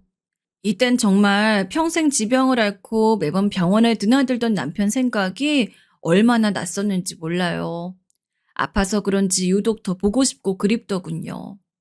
아들 외에는 이제 봐줄 사람이 없는 손주 때문에 이리 뛰고 저리 뛰며 알아보느라 제가 치료받고 수술할 때 못 오곤 했어요. 자세한 상황이야 알 수 없었지만 전 고스란히 그대로 믿었어요. 그런데 딸아이가 어느 날 충격적인 소식을 전하더군요. 그날따라 딸아이 얼굴이 많이 상기되어 있었어요. 뭔가 어딘가에 단단히 화가 난 듯 했죠. 왜 그러니, 재은아? 무슨 일 있어? 아니야, 엄마. 아무것도. 말해보라니까. 처음에는 딸아이도 아무것도 아니라며 말하지 않으려 했어요. 근데 아무래도 딸아이 얼굴이 이상해서 계속 물으니 딸아이가 그러는 겁니다. 며느리 SNS를 봤는데 놀러 다니는 사진이 수십 장이라고요. 그러면서 엄마 병문안은 왜 안 오는 거냐고 하는데 순간 머리를 얻어맞은 것 같더라고요. 저, 정말이야? 어, 내가 방금 보고 왔다니까? 어이가 없어서 참나. 아니, 그래놓고 애 보기 바쁘다고 어떻게 엄마 병문안을 안 와? 정말 너무하다, 너무해. 진짜 사람 그렇게 안 봤는데 말이야. 엄마가 그 집 가서 파출부처럼 살아준 건 하나도 기억 못 하나 봐. 오빠도 나빠. 그러는 거 아니지. 딸아이가 절 대신해서 계속 화를 내주는데 전 무슨 말을 해야 할지 몰라 그저 멍할 뿐이었어요. 그동안 며느리도 그렇고 아들도 저를 많이 섭섭하게 했던 건 많았어요. 절 집안에 두고 계속 이거 해달라 저거 해달라 하며 시켜대고 제 생각은 해주지도 않았으니까요. 그런데 정작 제가 아플 때 이렇게까지 저를 버릴 거라고는 생각지도 못한 터라 더 충격적이고 화가 나더라고요. 대체 내가 뭘 잘못했길래 나한테 이러나. 그저 자기들 바쁠 때 필요할 만큼 다 써먹고서 이제 필요 없으니 저러는 건가? 배신감에 눈물이 앞을 가렸지만 딸이 앞에 있어 차마 울 수도 없었습니다. 저는 퇴원 후에 아들 내외에게 날리지 않고 그렇게 혼자 시골로 내려갔어요. 다행히 몸은 겨우 나아져서 시골에서 그럭저럭 요양을 하고 있었는데 오히려 혼자이지만 몸이 편하니까 더 살 것 같고 진즉 내려올 거라는 생각이 많이 들었답니다. 동네 사람들도 제가 암 수술 받고 하나같이 잘 대해줬어요. 동네 사람들도 하나같이 참 잘 대해줬어요. 아이고, 재명 엄마, 고생이 많았네, 많았어. 이제 좀 여기서 편하게 쉬어. 거봐, 내가 그랬지? 힘들다 했잖아. 아무 생각 말고 쉬어. 네, 고마워요. 다들 이제야 저도 살 것 같아요. 그렇게 저는 홀로서기 하며 몸 관리를 꾸준하게 해나가고 있었어요. 그러던 와중 아들 내외에게서 전화가 온 거예요. 엄마, 몸은 좀 어떠세요? 괜찮다. 무슨 일이니? 무슨 일은요? 엄마 목소리 듣고 싶고 괜찮나 해서 전화해봤죠. 엄마, 우리 둘째 가졌어요. 둘째? 원래 같았으면 정말 반갑고 기쁜 소식이겠죠. 아마 눈물이 날 것 같이 기뻤을 겁니다. 하나만 있어도 너무 예쁘고 사랑스러웠던 손주가 그새 한 명 더 늘어난 것이었으니까요. 그런데 아들이 벌써부터 뭘 요구할까 싶어 행복을 누릴 새도 없이 외려 시름만 생기더라고요. 역시나 아들은 저에게 그랬습니다. 엄마 있잖아요. 우리가 엄마한테 말할 게 있는데. 엄마 몸 다시 나아졌고 괜찮아졌으면 다시 우리 집 오는 게 어때요? 아내도 임신해서 거동이 불편하고 아무래도 엄마가 필요할 것 같은데. 다시 니들 집을 가라고? 왜 이 말에 화가 났을까요?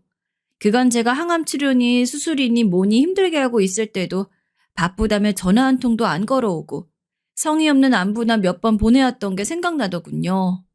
전 그 자리에서 곧바로 그건 안 되겠다고 여기서 더 쉬어야겠다고 말한 뒤에 전화를 끊어버렸습니다. 이후로도 아들은 몇 번 더 전화를 걸어오긴 했지만 전 전부 받지 않았어요. 아들의 부탁을 들어주기도 싫었고 아무리 내 손주라 해도 더 이상 그 집에서 하녀 취급받으며 일하고 싶지 않았습니다.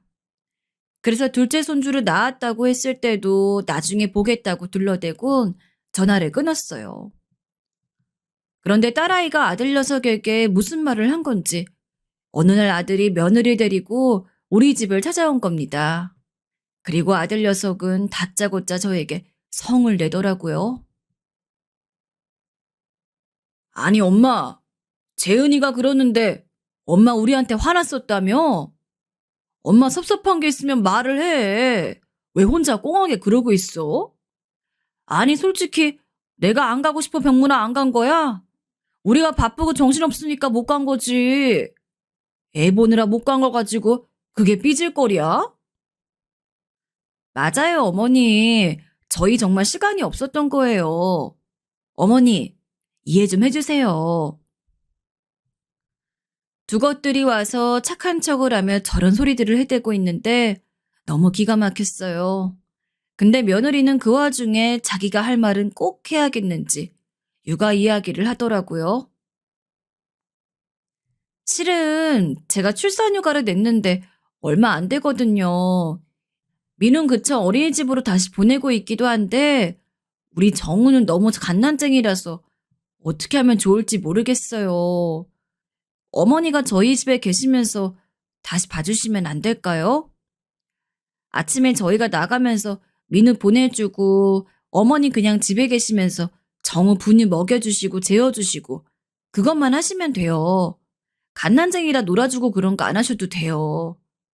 우리 정우 정말 순해요. 안아서 재우지 않고 그냥 흔들흔들 이런 기구에 태워서 살살 밀어주시면 돼요. 진짜 말 같지도 않은 소리 하는 걸 보니 제가 얼마나 만만해 보이는 건지 황당하더라고요. 그렇게 쉬우면 자기가 직장 관두고 들어앉아서 애나 볼 것이지. 유방암 걸려 수술하고 아직도 회복하고 있는 지 시어머니한테 부탁할 일인가요? 너무 화가 나서 받아쳤어요. 사돈 어른한테 부탁해라.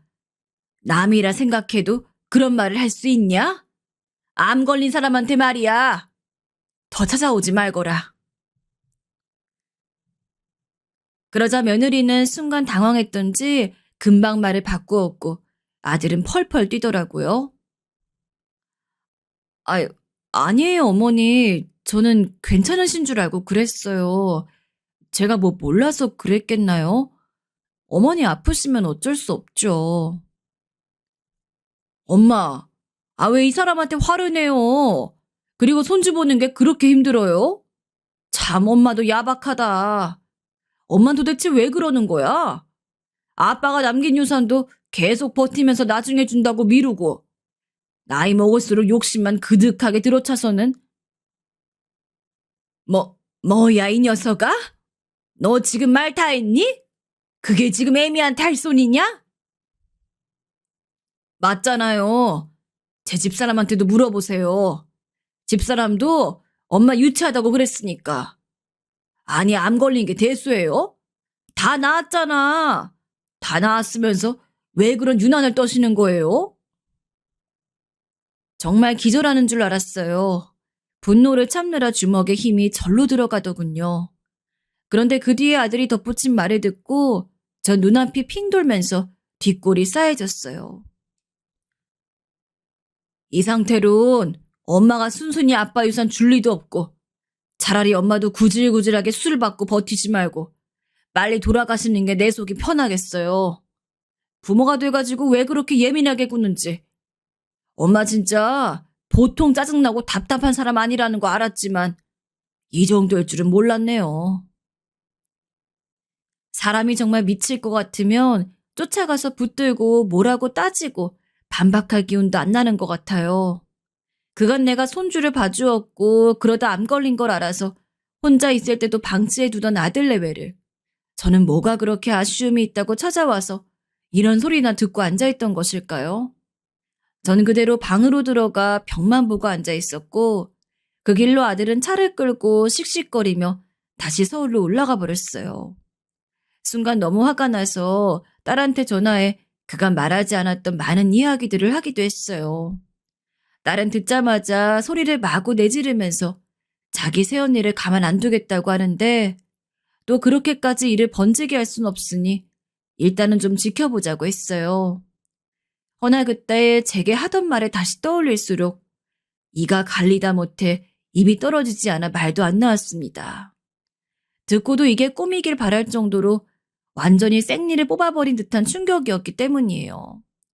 며느리야 워낙에 마음에 안 들었으니 그렇다 쳐도 정녕 이게 지금 제 아들 입에서 나오는 소리라니요.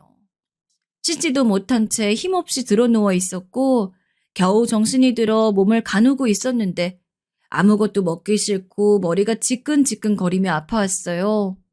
딸로부터는 전화가 몇 통이나 왔는데 제대로 받지도 못했어요. 아들과 며느리가 읊어대던 소리는 머리를 계속 아프게 찔러왔고 완전히 무기력해지더라고요. 그 와중에도 아들은 조금도 저를 들여다보지도 않더군요.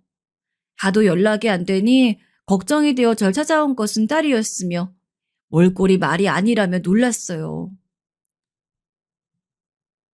엄마, 왜 대체 이런 몰골로? 엄마 안 되겠어. 병원이라도 가자. 아니야. 병원은 무슨. 엄마 괜찮아. 안 돼. 엄마 이대로 두었다간 정말 큰일 나겠어. 딸이 하도 저를 붙들고 조르길래 전 어쩔 수 없이 딸 손에 이끌려 병원으로 갔어요. 그런데 거기서 들려온 소식을 듣자마자 저보다 딸이 더 기겁을 하며 주저앉았습니다. 전 이제 이러나 저러나 아무런 생각이 없을 정도로 많이 지쳐 있었고요. 듣자 하니 손을 쓰기 어려울 정도로 악화되어 암이 임파선까지 전이가 되었다고 하더군요. 그나마 희망적이었던 그때가 그리울 정도로 안 좋아졌는데 제3전은 왜 그때로 굳이 돌아가고 싶지도 않은 걸까요? 딸은 저를 붙들고 울어대는데 저는 그저 나만 이런 우거지 같은 인생을 끌어안고 끝나면 될 것 같다는 생각만 했어요. 평생을 키워온 자식한테 그런 말을 듣고 엄마만 죽어버리면 된다는 말을 듣고 버틸 수 있는 부모가 어디 있을까요? 그것도 팔팔한 기력이 넘치는 젊은 부모면 어떨지 몰라도 전 60대가 넘은 데다 암이 퍼져버려서 한 달도 안 남았다는 말을 들었어요. 제가 뭘 할 수 있었겠습니까? 어디다 하소연하기도 그냥 다 수치스럽고 안고 가는 길 잘 추슬러야겠다는 생각을 했습니다. 근데 사람 마음이 원체 연약한 건지 종일 마음이 안정이 안 되고 몇 번을 바닥을 치고 하늘을 쳤다 울곤 했습니다. 딸은 제 오빠한테 알리겠다고 하는데 제가 뜯어 말렸어요. 솔직히 말해서 제가 이 꼴로 상황이 악화된 걸 듣고 아들이 어떤 반응을 할지 상상하기도 겁나고 모든 게 다 토할 것 같고 역겹게 느껴졌으니까요. 그런데 딸이 기어이 못 참겠는지 절 대신하여 아들 내외의 집을 간 모양이더라고요. 딸은 그 집으로 가서 거의 박살을 냈다고 합니다. 모든 게 오빠 때문이라며 죽어가는 엄마 책임지라며 난리를 쳤다고 하는데 아들은 또 그 소식을 듣고 놀라서 집까지 달려왔어요. 아들은 저를 보자마자 무릎을 꿇고 눈물을 터뜨렸습니다. 엄마, 미안해요. 정말 죄송해요. 제가 정말 잘못했어요, 엄마. 아들은 말도 잊지 못하고 그렇게 바닥을 치며 오열을 했습니다. 저러다 실신이라도 할 것 같아서 동네 사람들이 아들을 일으켜 세워줘야 했을 정도였죠. 허나 저는 그런 아들을 그저 씁쓸한 눈으로 바라볼 뿐이었어요. 이미 아들의 시커먼 속내를 보았고 내가 사랑하던 아들의 밑바닥까지 다 본지라 아들이 사과마저 마음에 들어오지 않더라고요. 저는 그저 아들에게 가라고 죄책감 갖지 않아도 되니 그저 네 살 길 살라고 그리 말하고 돌려보내었어요. 그렇게 저는 이러지도 저러지도 못하고 그냥 갈 날만 기다리고 있게 되었습니다. 새삼이 입장에 서 보니 인생은 정말 혼자란 생각만 가득할 뿐이에요.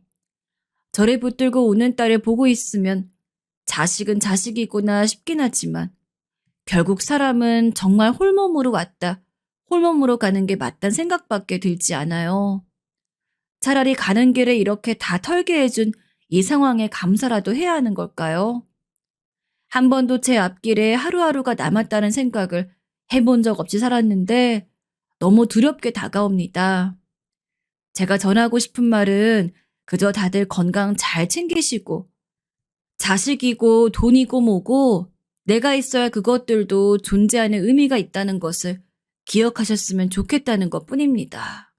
또 여러분 스스로를 그 무엇보다 챙기시고 귀중하게 여기며 사셨으면 합니다. 다들 너무 저를 불쌍히 바라보지 마시고 그저 편안히 갈 수 있도록 기도만 해주세요.